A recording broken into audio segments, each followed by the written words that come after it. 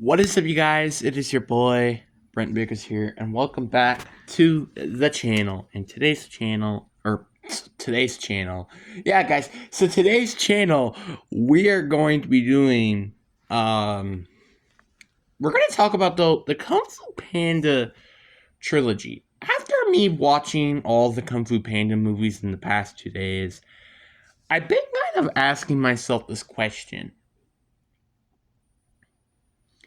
Um, How good is the Kung Fu Panda trilogy as a whole?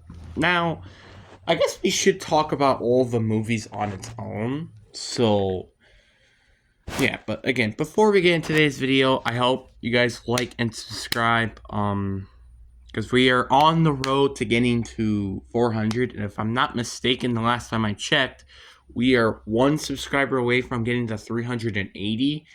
And also, I need to figure out the situation with the live stream because I usually would live stream, but since I don't have a microphone that I can specifically talk during live streams, I don't have that at the moment. So I'm gonna have to figure that out. But I'll figure that out. And also with so I'll try to figure that out and see how that goes. But anyway, enough said. Let's get into it.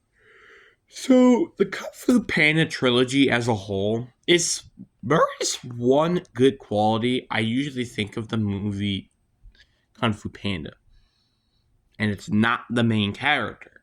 It is the protagonist of the movie. Now, obviously, ignoring the fourth movie for a second, the first three movies' protagonists are actually kind of threatening and also very depth.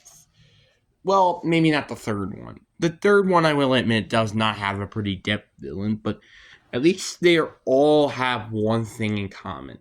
It's intimidation. Like, Tai Lung, you're intimidated from him the entire point, and you honestly ask yourself, how in the fluff will a panda who just learned Kung Fu beat Tai Lung, who has mastered all the scrolls of knowledge and etc.? You really do wonder that.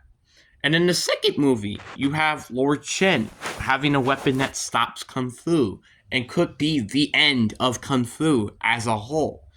Then you start to ask yourself, how the hell does Po? Oh, I'm sorry, this freaking pillow it's driving me nuts.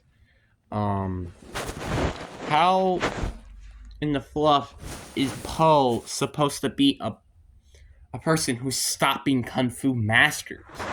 Then in the third movie, you're like, how is Po supposed to beat Kai, a guy who got all of these masters' abilities and also can use them as well as terms of themselves, except as slaves.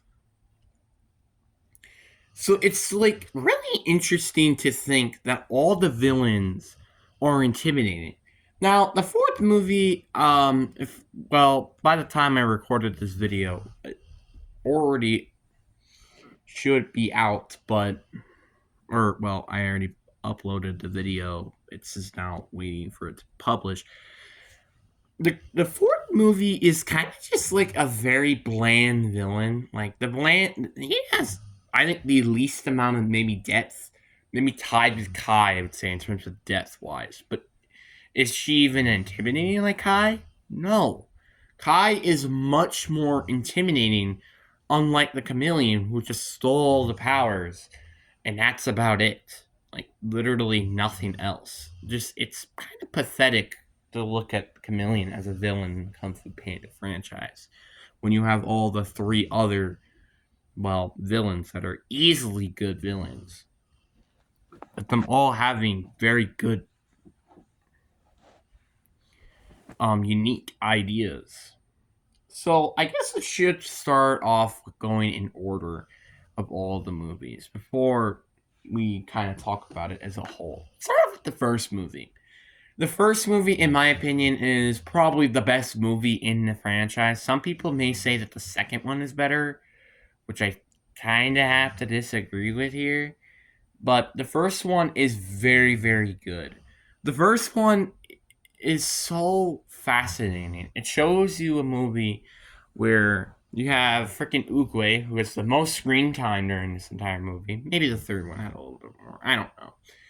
But the first movie was so fascinating because it's like you have a person who you never thought would have been the Dragon Warrior ending up being the Dragon Warrior, which is so cool and so fascinating. And it's just so interesting to see the factor that like the Dragon Warrior doesn't mean anything really. It's just what you believe in it. Like the Dragon Warrior isn't some sort of title or some you get some special unique ability. It's just you essentially saying you're a good kung fu panda person. You're good at fighting, but you're the successor of Oogway, which is going to be eventually the spiritual leader, which we'll talk a little bit more about that in the fourth movie. Um, so it's so interesting to see that, and then obviously the fights are awesome. I think the fights in the first movie cannot be topped off from the second movie. The second movie, there are some good ones, but like, come on, the prison with Tai Lung and Shifu's fight. It's so fascinating. It's like so good. It's unbelievable. Oh my god! Blaming on the dog right next to me. A dog. Um. So it's just so interesting, and also the training montage and stuff. It's really cool. I like the fact that the world building, well, entirely all the movies, don't feel that limited, except kind of maybe from the fourth one a little bit. But again, I'll talk about the fourth one later. Um, so the first movie was incredible in a lot of aspects. I would say the only issue I may have with the movie is kind of just how in the fluff did Poe end up beating Tai Lung without any some special unique abilities? Because like really, Poe didn't really kind of deserve to beat Tai Lung. No offense, but he kind of just didn't. I'm not saying again it's because it's just because Tai Lung is such a great villain that it kind of seems like an impossible world where Tai Lung is getting defeated by Poe, which ends up he gets defeated. Obviously, I feel like the one part where his nerve technique doesn't really kind of work on Poe can kind of make sense because of his fat body. So I guess that kind of makes a little bit of sense. That's about it. I love the fact the first movie kind of talks about like you don't have to be special to do something well, special or good. That's kind of what I liked about the message of the first movie. And then we get on to the second movie. The second movie talks about essentially the lesson here is essentially who is Poe exactly in the movie. And finding an inner peace. This is also the last movie, which again we'll talk about this more in the third and the fourth one, where the growth kind of just stops for Poe, in my opinion. And he's stuck at this one part for so long. It's ridiculous. But I'll talk about that a little bit later, again, like I said. And Poe finding inner peace is such a good scene. I just watched the second movie, and I'm honestly kind of surprised of how the movie kind of portrays it's a very dark, and also the one thing I like is the atmosphere. The atmosphere is really, really cool. The atmosphere basically tells you this is a dark and ruined movie. And it's kind of interesting. And when Shen is almost killed, you could see the light finally coming out, but then you see the red still darkening in because Shen still is here. That's what's kind of cool about this movie is the art style of the first and the second. Heck, even the third movie even had that art style. Which again, we'll talk about the third one later. Um, so it's just so fascinating to me to watch this movie and say, this is a dark and also very touching movie where you're basically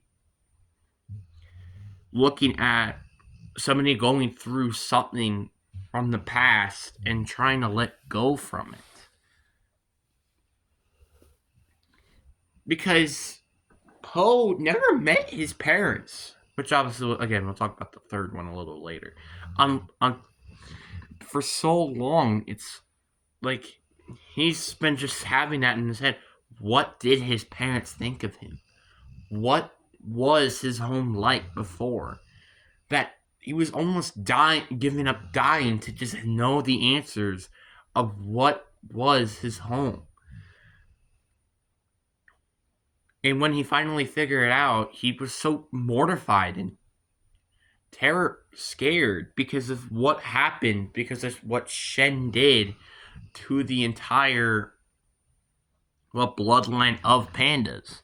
He almost wiped out an entire species of pandas, which is kind of ridiculous and insane to think about. So it's so fascinating to me of why he ended up. So it's so nice to see him beat Shen. Obviously, it also was a little confusing to see him end up beating Shen in the way that he did. But the way that he did end up beating Shen also made a ton of sense.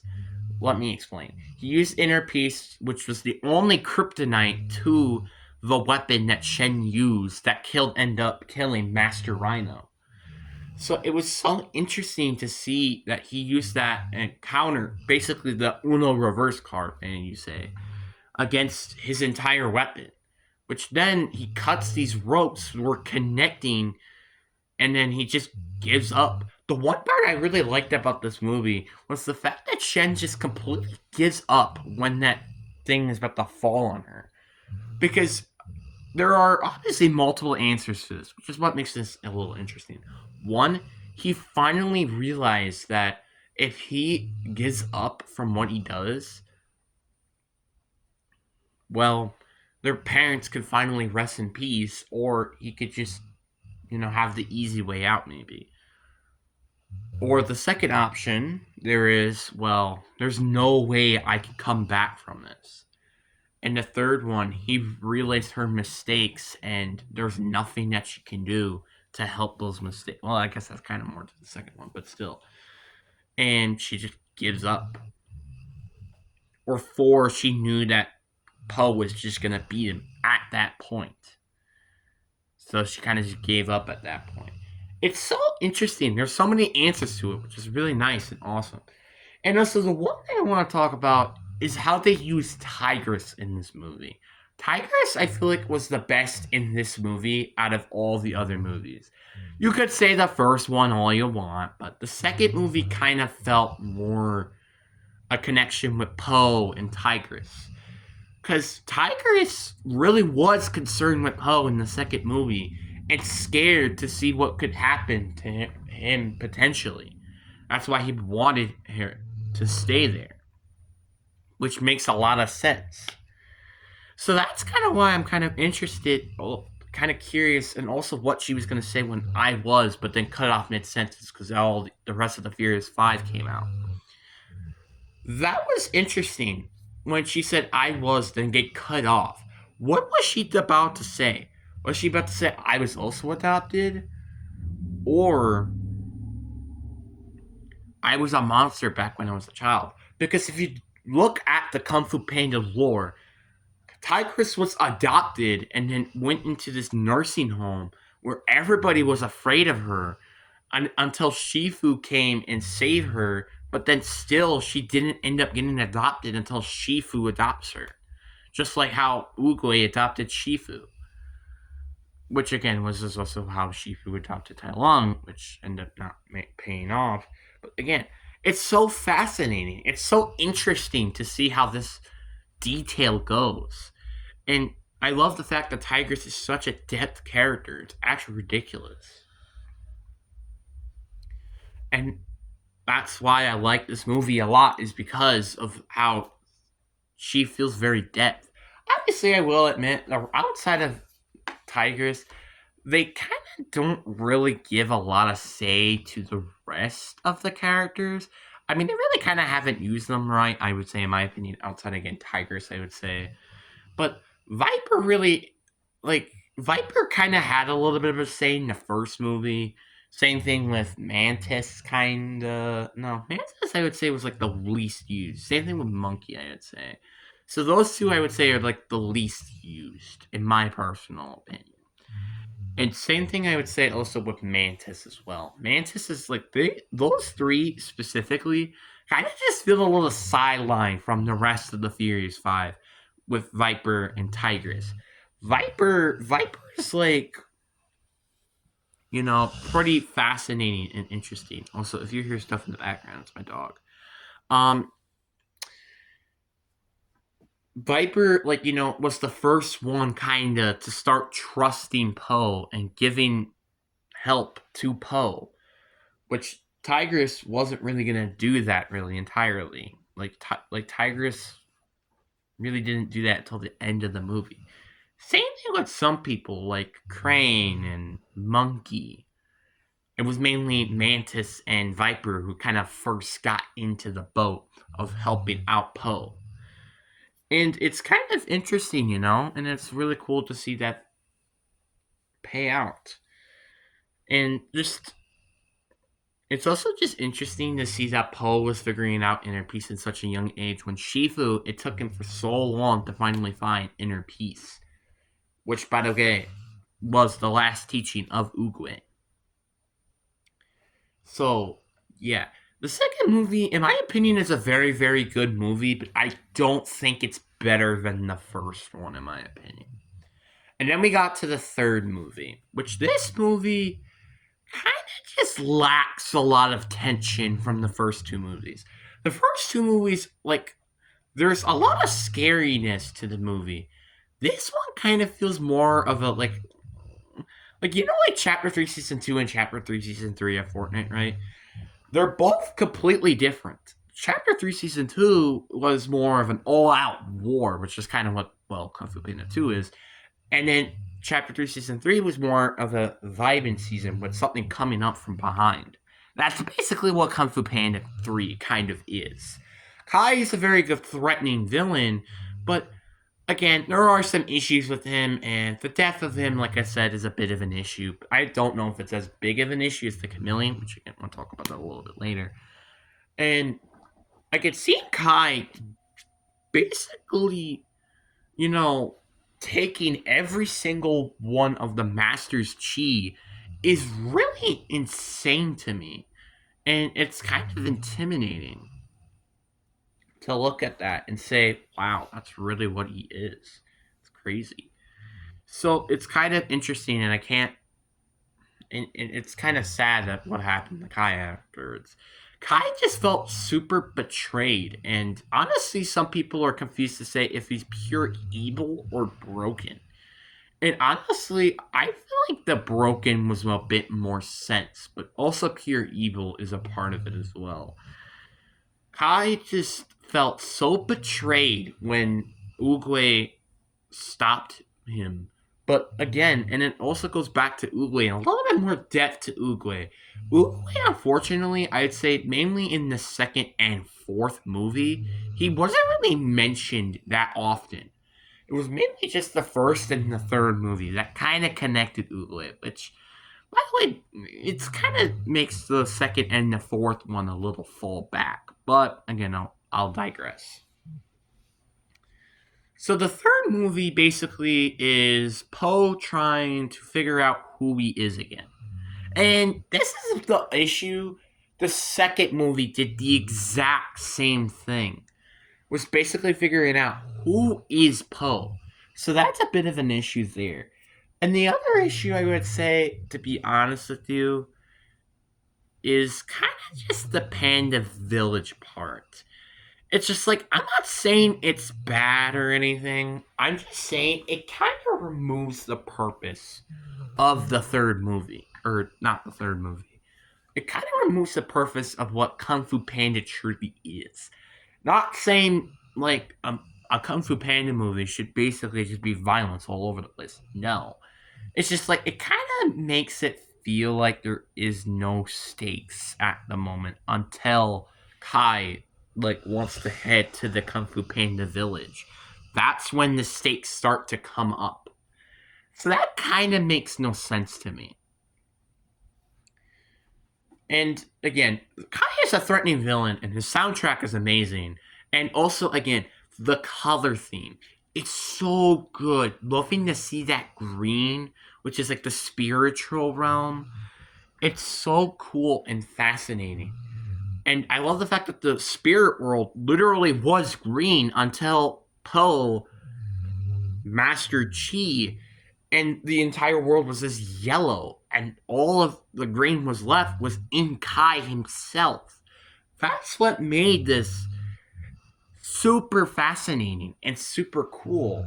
But again, the problem is that the message of the movie, or what the plot of the movie is basically who is Poe, and Poe already knew who he was in the second movie. So why are they expanding that a little bit more? That's a little ridiculous to me. Obviously, again, they're expanding the fact that he's a master now, essentially, and finally the successor of Oogway. But that's the issue with this movie, is that it kind of leaves some of these issues that come into the fourth movie, which again, we'll also talk about that very soon now. But Kung Fu Panda 3, it's pretty cool. I like the fact that they're referencing the second movie, but they don't really reference the first movie that much. Really, to be honest with you. Like, they do reference the second movie with, Lord Shen killing, well, his family, etc. But Kung Fu Panda 3 was kind of more just a vibing ish scenario, like Chapter 3, Season 3, except that's not, in my opinion, what makes a Kung Fu Panda movie good. Which, again, we're going to also talk about this with, speaking of which, the fourth movie. The fourth movie also, again, if you really want to see a better explanation of what the fourth movie is, I highly recommend you go watch the other video if you haven't already. But the fourth movie kind of ruined a lot of the purposes of all the previous movies. Poe is the Dragon Warrior, and he's basically kicking everybody's butt in the entire valley at this point. But then the problem with this movie is that, well, also I guess the third movie, is that they sideline all the characters of the Furious Five. Now, obviously, this feels like more of a cash grab more than anything, and poor excuses. Like, for example, Tigress was what? Supposed to beat, like, the four chickens? Why didn't Poe help him out? Help her out? Why is Viper fighting basically a war and Poe is not helping them out, the Viper specifically? Now, Crane has like the only decent excuse, which is again basically being the leader of an army now, so that's a good excuse, I would say. But then also, it's Monkey finding out this person who escaped from prison. Why is not again Poe helping him out? I'm just saying, it makes no sense to me. So yeah, and again, it feels more of a cash grab out of anything. So then they're not paying all these voice actors to voice the characters. That's what it feels like to me. And the fourth movie basically is the same message of the third and the second movie. A little bit. It's a little different, like, in terms of who should you trust? Which again, they kind of already did this with the Puss in Boots, The Last Wish. So kind of why are you building this message again? I don't know. It's kind of weird in my opinion. And then also you got to think about as well, the message of the movie is basically who should you trust, and it's never too late to do the right thing. That is what basically the message is in this movie. And it's cool and all. I kind of like how how Poe is basically like helping out somebody who clearly couldn't change without him. But the problem with this movie is that the movie just feels a bit rushed to me. Like, for example, we don't know when this is taking place. That is one of the biggest issues I say with this movie. Is when is it taking place? Because we don't know how old Poe is yet. And him being a spiritual leader feels a little weird. Now, before you think of before you ask the question, what is a spiritual leader? I'll answer that for you. So, what is a spiritual leader to be exact? A spiritual leader is the highest peak of the Kung Fu Panda world.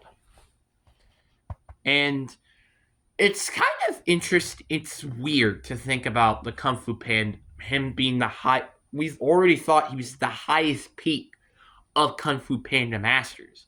Apparently, there's another step to that, which is the spiritual leader, which just didn't really make sense with Poe because Poe looks so young still, and it looks like he could still kick butt.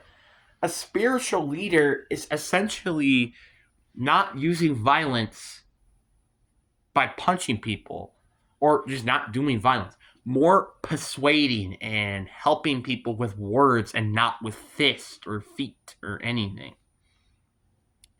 Just kind of confusing and weird. And it's just not what Poe's character really is. Is really more he's more of a fighter more than a talker until the point that you think there's a good time for talking. And also, by the way, the talking part is completely pointless because they don't understand the purpose, one, or they just beat them up anyways. So it doesn't make any sense. And that's where the part of this movie kind of just falls apart of the tip of the iceberg, may I call you. Because the chameleon is, again, unlike the three other villains, she doesn't have a really actual color palette. Her color palette sometimes looks yellow, and then it's like blue, and then it's like red, and it's like, what is her color palette? It's so confusing. And also the part where it's like, Shifu, Tai Lung, like they're both like have some interesting rivalry or some interesting story. The second movie, Poe has interesting story with Shen, and Kai kinda has an interesting story with Oogway. There isn't that in the fourth movie. What, Zen and the Chameleon? I honestly can barely tell that these look like an adopted family. I could barely tell that in that movie, and that's a bit of an issue. And also, no offense or anything, but if Zen knew all the rules already, why in the heck does she care about Poe? Okay? It's just like, there are so many things that kind of just ruin the movie to me. And one thing is Zen as a character. Like, she doesn't deserve the Dragon Warrior title. She just doesn't. And obviously, I understand that's kind of what, like, Poe does in the first movie. It's like, he doesn't deserve it at all. But then he works, and works really hard to deserve it. But the fourth movie, it just does not make any sense to me. And that's the issue. And I just don't understand why is this happening. But hey, that's my personal opinion. You could blame me all you want. Zen lovers or people who like Kung Fu Panda. I was very surprised to see that this rating was a 6.3 out of 10 for some people. And that's a very big shock to me. Because to me, adding in, I was kind of expecting this movie to just like be fine. And that's basically what this movie was. It was fine. Nothing crazy. Like, and that's just where the frick is the 6.3 out of 10 coming from? So weird. Critics are actually really liking this movie for some reason, and especially other people. Like, it has like an 85 in terms of popcorn wise, and 71 in Rotten Tomatoes, which is pretty crazy for me because this movie isn't really that good and that deserving of this type of a movie. So, that's my opinion. Now, obviously, I could go on and on about the fourth movie, but again, I already made a video about that, so that's why I'm going to kind of just sideline it for now. But now, looking at the trilogy as a whole, is this a good trilogy? Absolutely. Sure, does the fourth movie kind of ruin the trilogy a little bit? Sure, yes it did. But the third movie is good, the second movie is good, it's even close to great in my opinion, and the first movie is great. So basically, the trilogy is still really good, even though the fourth movie kind of ruined it for me.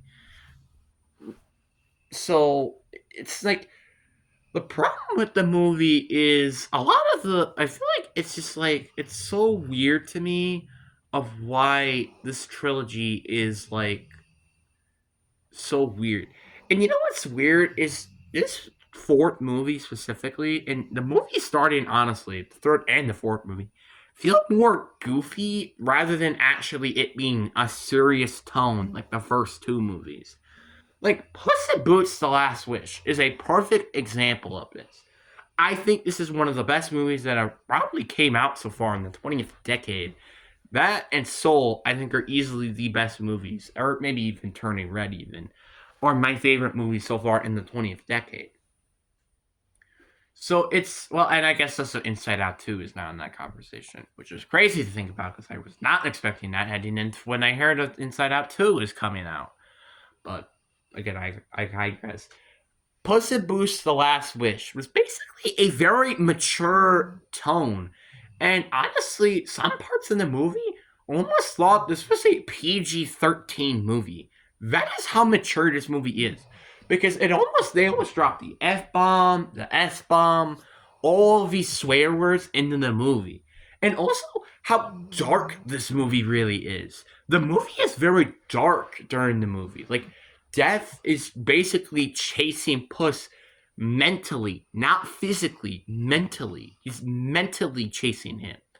And it's really scary and looks amazing, by the way. The animation is amazing. I wish the animation from this movie came from the Kung Fu Panda 4 movie as well.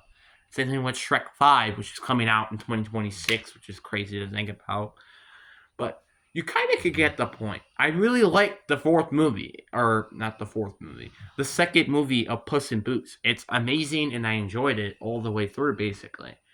And the story just really like it really is interesting. And again, it's just like Puss in Boots and Kitty, right? Is that her name? Or Soft Paws, whatever her name is, both have interesting depth in the movie. It's like you could understand Soft Paws, like why she didn't show up to the wedding, or maybe she did. I think she did, honestly, in my opinion. And you could understand why, like she's so selfish, like she feels so selfish. But Puss in Boots, you get to kind of understand what he's going through too. He wants to keep the title of having 9 lives, but he's not going to have that title unless he gets that wish. So you can kind of understand that. But then he realizes the title doesn't mean anything. It The most important thing about life is building connections. And that's what Megamind kind of did. And it's just like, oh my god, such a good movie, and it makes me wish that there were more movies like last week. But anyway, so yeah, it's just like it's so unfortunate because the fourth movie of Kung Fu Panda, when I heard that came out when Puss in Boots: The Last Wish, I just watched it. I'm like, oh crap! If this movie's like this is going to be one of the best movies of all time. But unfortunately, that's not the case. And again, I don't feel like I feel bad for the Kung Fu Panda trilogy, or for the rest of the Kung Fu Panda movies, and also for who made this movie, because you just like it's so hard to build the hype of a Kung Fu Panda movie because Kung Fu Panda I feel like is the most serious trilogy outside of maybe How You Train a Dragon in this entire catalog of of DreamWorks track record. Again, I feel like the How to Train the Dragon series is more serious and more mature than that Kung Fu Panda trilogy. So it's kind of a How You Train the Dragon, maybe a little bit of even Prince of Egypt, and Shrek, and you just combine it into one movie and also throw in the martial arts. Like, it's so interesting. There's so many layers in this movie. I don't like how Shrek says with how many layers a freaking onion has. But anyway, there's so many layers to this movie that what just was kind of just missing in the fourth movie. And also, the one thing I do want to mention that I don't think I mentioned in the fourth movie video is, why is Kai back? Kai was a spirit already. He got freaking exploded. His spirit bone gone because of too much power of chi. How is he alive? How? I don't understand. Is there a spirit world, or can you just not die in the spirit world? Is that how that works? I don't know. Obviously, I can understand why they bring Shen and Tai Lung back. Obviously, that makes a lot of sense because obviously, well, they're in the spirit world. But like, and it's also weird that they don't mention Master Croc or Ox or, well, maybe Ox is still alive. We don't know, or Rhino or any of these like other people that we have seen from the previous movies. They don't mention them that much. It's kind of crazy to think about. Like, or Master Chicken or something like that. You know what I'm getting? Getting the point? Yeah. Well, I mean, obviously, well, I don't think they're dead yet. It's just like, again, I don't know. We don't know. That's the issue with this movie. We don't know what's happening during the movie and when is it taking place. We don't know. We just don't know. That's what makes the fourth movie so.